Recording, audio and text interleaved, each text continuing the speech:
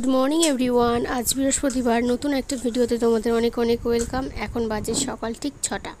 তো ভিডিওটা এখন থেকে স্টার্ট করলাম। আজকে আর ওই ঘরের কাজ কোনো রকম ফেলে রাখিনি, সমস্ত কাজ কমপ্লিট করে এই ঘরে চলে এসেছি, কারণ আজকে রান্না খুবই কম। তো ভাতটা ওদিকে বসিয়ে দিলাম আলু সেদ্ধ ডাল সেদ্ধ দিয়ে।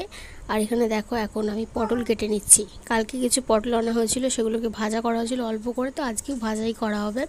তো আজকে একটু বেশি পরিমাণে কাটছি, তো কাটতে অনেকটা সময় লাগবে, তাই জন্য মানে একটু তাড়াহুড়োই করছি আর কি। আর ভাবছিলাম হচ্ছে মিষ্টির জন্য একটু সবজি দিয়ে ডালিয়া বানিয়ে দেবো, যদি মাছ আনে। ওর মা বলেছে মাছ নিয়ে আসবে, তাই এখনও কিন্তু বাড়িতে আসেনি, তো মাছ নিয়ে একেবারে আসবে বলেছে বলে তাই আমি মিষ্টির জন্য সবজিটা কেটে রেখেছি।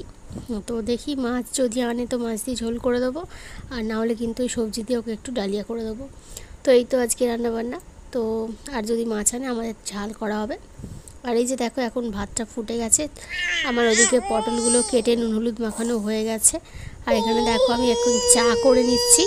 তো আমি এখন ভয়েস দিচ্ছি আর মিষ্টিও আমার সাথে সাথে ভয়েস দিচ্ছে, ও কিছু বলছে আর কি। তো যাই হোক, এখানে দেখো পেঁয়াজ কেটে রেখেছি, ডাল হবে সেই জন্য। তো চলো এখন চাটা হয়ে যাক, চাটা ঢেলে চাটা আগে খাই, মনটাকে একটু শান্ত করি আর কি। তো সকালবেলা একটু চা না হলে ভালোই লাগে না। আর এখন তো বৃষ্টি বৃষ্টি ওয়েদার, চা খেতে বেশ ভালোই লাগবে। আর একটা বিস্কুট দিয়ে আমি সকালবেলা চা খাই, তো আজকে দুটো বিস্কুট নিয়েছি। ওদিকে কড়াটা বসিয়ে দিয়েছি, কড়াটা গরম হোক ততক্ষণে আমি চাটা খাই। আর পটলগুলো আর কুমড়ো দুটো রেখেছি মিষ্টির জন্য ভাজবো। তো কুমড়ো ভাজা খেতে ভালোবাসে, কালকে তো তোমাদেরকে বলেইছি। আর এখন চলো বিস্কুট দিয়ে চাটা খেয়ে নিই। আর কুমড়ো পটলটা কড়াতে দিয়েও দিয়েছি, তেল গরম হয়ে গেছে, কড়াতে দিয়ে দিয়েছি, এখন ওটা ভাজা হোক আস্তে আস্তে। আর এদিকে দেখো এই যে সবজিটা তোমাদেরকে দেখাই, কুমড়ো পটল আর এই যে আলু কেটে রেখেছি মিষ্টির জন্য। দেখি কি আনে, মাছ আনলে মাছের ঝোল করে দেবো এটা দিয়ে, আর না হলে এটা দিয়ে ডালিয়া করে দেবো। আর যাতে একদম পাতলা পাতলা করে কেটেছি, যাতে তাড়াতাড়ি সেদ্ধ হয়ে যায়। তো এখানটা দেখো সমস্ত ভাজাভুজি হচ্ছে, আর আমি ওদিকে টুকটুক করে চাটা খাচ্ছি। আর ওদিকে ভাতটা তো হচ্ছেই, ভাত থেকে ডালটা এখনও বার করিনি, একটু পরে বার করব। তো চাটা আগে ভালো করে খেয়ে নিই, তারপরে বার করে নেবো ডালটা। এখন এমন হয়ে গেছে সকালবেলা শান্তি করে বসে একটু আরাম করে চাটাও খেতে পারি না, এত তাড়াহুড়োর মধ্যে থাকে। তো এক একদিন তো হয় মানে চা খেতেই পারি না, মানে ভুলেই যাই আর কি কখন চাটা করব, এত আনাজ কাটা থাকে, রান্না করা থাকে, তাড়াহুড়ো লেগে যায়। তো আজকে যেহেতু একদম সিম্পল রান্না আছে, তো তাই জন্য একটু মানে ওদিকের কাজটা কমপ্লিট করে এদিকে চলে এসেছি। ভাগ্যিস ওদিকের কাজটা করে এসেছিলাম, নাহলে যে আমার কী অবস্থা হতো আজকে সেটা মাত্র আমিই জানি। তো দেখো ওদিকে পটল ভাজাটা করে নিলাম, নেওয়ার পর এখানে দেখো ডালটা বার করে নিয়েছি, ডালটা এখন সাঁতলে নিচ্ছি।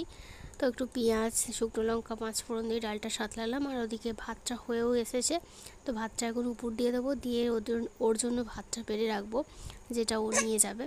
আর এখানে দেখো রান্নাবান্না সমস্ত কিছু করে নিয়েছি, আর এখানটা মুছে নিয়েছি, কিন্তু বাসন মাজতে পারিনি। ভেবেছিলাম বাসনটা মেজে কাজটা এগিয়ে রাখবো, কিন্তু বাসন মাজতে পারিনি। এখন পুরো 7টা বাজার, এই যে এসেছে হচ্ছে বৃষ্টি, আর একটু পরে ওখানে মানে কলে জলও চলে আসবে।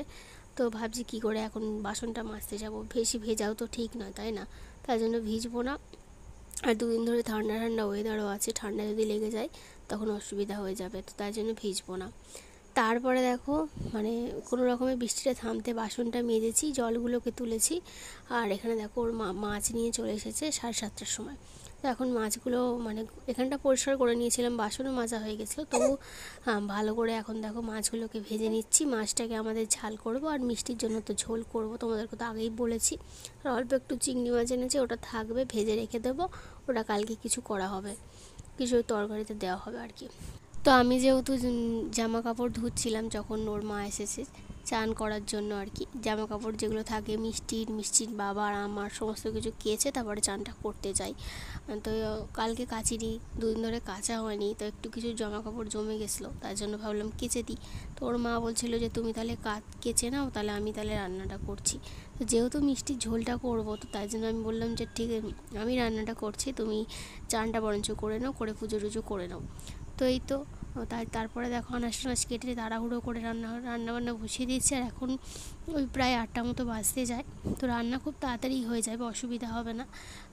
তো এই যে এখানে এখন তরকারিটা কষিয়ে নিয়ে জল ঢেলে দিলাম। আর আজকে একটু মাছ দিয়ে আলু দিয়ে তরকারি করছি, জ্যান্ত মাছ বলে। আর জ্যান্ত আমাদের তো এই মাছই আনা হয়, তোমরা তো দেখেই থাকো। তো আজকে একটু আলু দিলাম, আলু কোনো দিনও দেওয়া হয় না, তো আজকে একটু আলু দিয়ে করছি। তো এই যে এখানে এখন রুদ্রকে খাবারটা দিয়ে দেবো। তো ওর খাবারটা বেড়ে দিলে আমার এই দিকের কাজটা পুরোপুরিভাবে মিটে যাবে।